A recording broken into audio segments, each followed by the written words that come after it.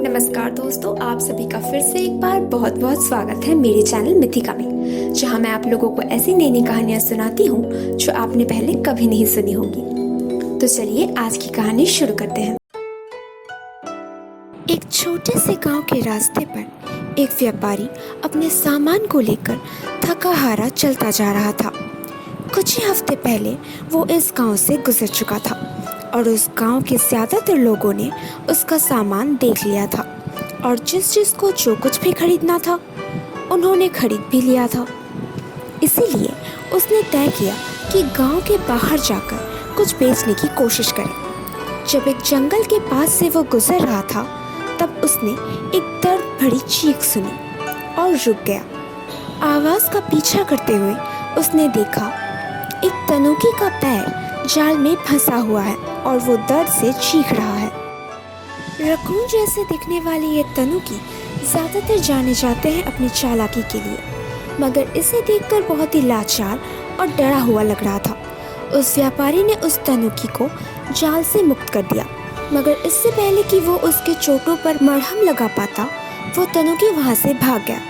अगले दिन जब वो व्यापारी फिर से अपना सामान बेचने निकला तो रास्ते में उसने एक बड़ी सी पुरानी जंग लगी हुई केतली देखी। उसे लगा शायद वो इसे भी बाजार में बेच सकता है और ये सोचकर उसने उसको उठा लिया और फिर उसको धोकर चमकाकर मोरिंजी टेम्पल में ले गया और वहाँ के भिक्षु सन्यासियों को बेच दिया। वो बिल्कुल सही वक्त पर आया था क्योंकि उन सन्यासियों को कुछ दिनों से एक बड़ी सी पतीले की तलाश थी।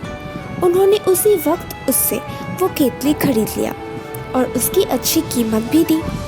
पूजा शुरू होने से पहले सन्यासियों ने चाय पीने का सोचा, मगर उस केतली में चाय जल्दी गर्म नहीं हो रही थी और ज़्यादा देर तक चूल्हे पर बिठाकर रखने से वो केतली इधर उधर हिलकर आग से बचने की कोशिश कर रही थी। उन सन्यासियों को इस बात पर बड़ा गुस्सा आया और उन्हें लगा कि उस व्यापारी ने उन्हें ठगा है और उन्होंने व्यापारी को बुलावा भेजा। अगले दिन सुबह वो व्यापारी आकर उस केतली की जांच की, मगर उसमें उससे कुछ अजीब नहीं लगा। तब सन्यासियों ने अपनी बात को साबित करने के लिए उस केतली को वापस चूल्हे पर चढ़ा दिया और चूल्हे पर चढ़ाते ही उस केतली से पसीना निकलने लगा और देखते ही देखते उस केतली के 4 पैर और एक पूंछ निकल आई और सब चौंक गए। उन्होंने रूप बदलने वाले तनुकी के बारे में सुना जरूर था, मगर वो ज़्यादातर रूप बदलकर राह चलते लोगों को तंग किया करते थे या उन पर पैसों की बारिश किया करते थे जो बाद में पत्तों में बदल जाता था। कुछ लोग तो तनुकी की मूर्तियाँ भी अपने घर या दुकान के बाहर रख देते थे ताकि बाकी शरारती और चालबाज लोगों से बच सके, मगर ये तनुकी वहाँ चुप करके बैठकर मुस्कुराता रहा। जब उससे पूछा गया कि उसने ये रूप क्यों लिया तो उसने कहा कि वो उस व्यापारी की मदद करना चाहता था, ठीक जैसे उसने उसकी मदद की थी। मगर केतली बनने के बाद उसे बहुत गर्मी लग रही थी और उसे बार बार मांझकर चमकाया जा रहा था, जो उसे बिल्कुल भी पसंद नहीं आया।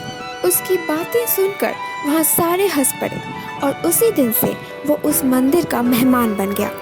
वो कभी कहानियाँ सुनाकर, कभी खेल दिखाकर वहाँ के सन्यासियों को खुश रखता था।